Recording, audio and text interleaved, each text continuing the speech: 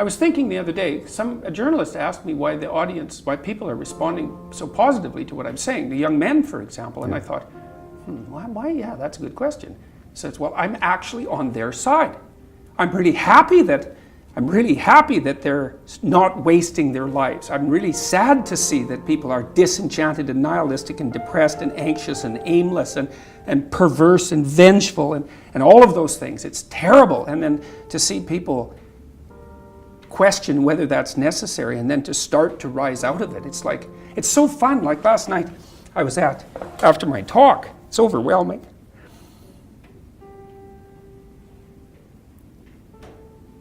I don't usually think about these things, but I was after my talk last night, and so all these people line up, and they have their 15 seconds with me, and they're kind of tentative. They're excited and attentive when they come up to talk to me, and then they have 15 seconds of time to tell me something. I'm really listening to them, and they're hesitant about whether or not to share the good news about their life, and I think it's often because when people share good news about their life, people don't necessarily respond positively. They don't get encouragement.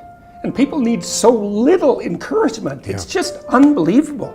And so they'll tell me something good, and I think, oh, that's so good. Somebody says, oh, I'm getting along way better with my father. I hadn't seen him for 10 years, and now we get along. It's like, God, great. And then the power of that, you can't overstate the power of that for individuals to get their life together. The individual is an unbelievably powerful force, and every single person who gets their act together a little bit has the capacity to spread that around them. It's a chain reaction, and so it's a lovely thing to see. And that's fantastic.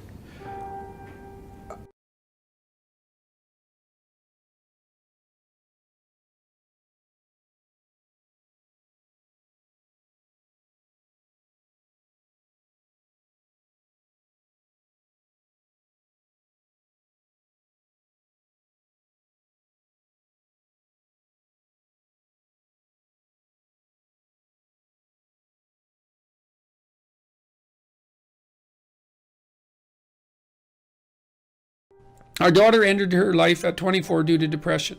If someone is determined to end their life, how can one change their mind? Oh, well, first of all, I'm very sorry about that. That's a terrible thing. Look, I had this friend,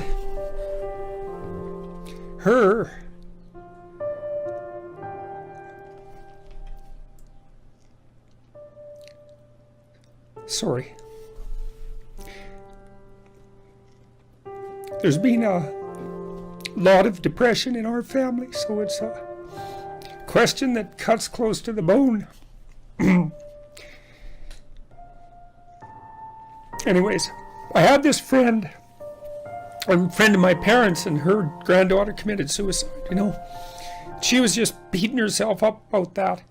What could have I done? What could have I done differently? This is the problem with suicide. It leaves everybody behind thinking, oh my God, what could have I done? I could have treated the person better. I could have listened. I could have been there.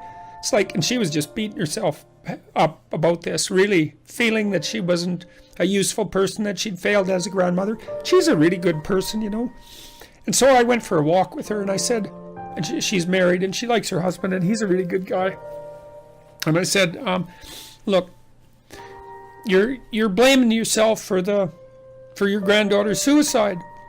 It's like, are you blaming your husband? Are you sitting him down and telling him what a useless bastard he was as a grandfather because his granddaughter committed suicide and how he failed completely? She said, no, I'd never do that. So I said, well, don't do it to yourself.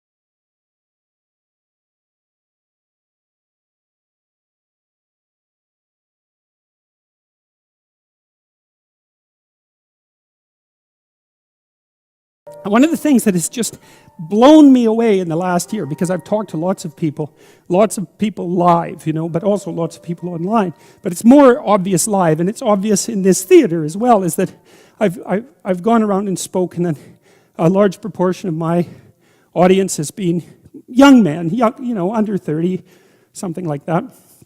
And I've spoken to them a lot about responsibility.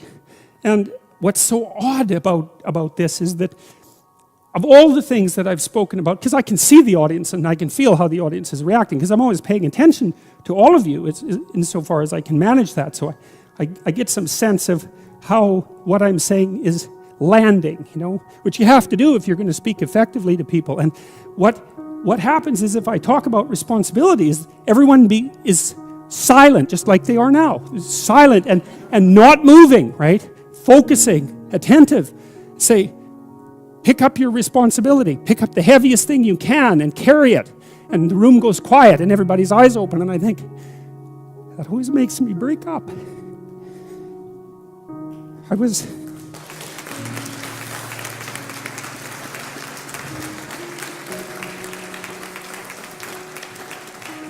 don't know why. I was speaking to an English journalist today who was going to write an article in Spectator magazine, and I was talking about this, and at the same point in the discussion, I had the same emotional reaction. I don't really understand it.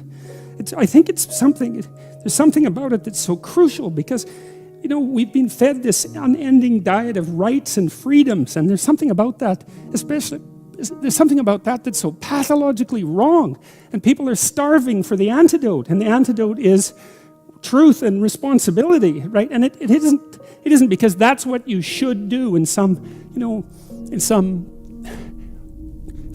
I know better or someone knows better for you what you should do sense. It's that that's the secret to a meaningful life, and without a meaningful life, then all you have is suffering and nihilism and despair and all of that, and self-contempt, and that's not good. And so it's necessary for men to stand up and take responsibility, and they all know that and are starving for that message, and the message is more that that's also a good thing, to stand up and take responsibility, because you're cursed so much now from when you're young with this notion that your active engagement with the world is part of what is destroying and undermining the planet and adding to the tyranny of the social systems. It's like, how about not so much of that, hey?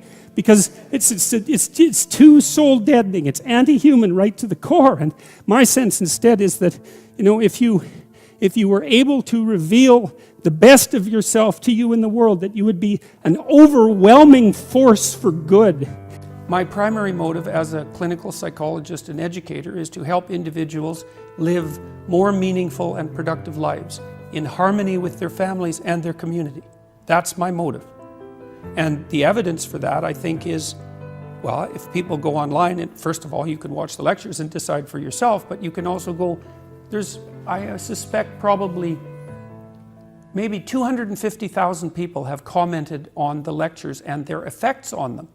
And so that's what people say. I'm watching the lectures, I'm trying to develop a vision for my life, I'm trying to become more responsible, and it's really helping. And that's what I hear all the time when I do these public lectures, which aren't political.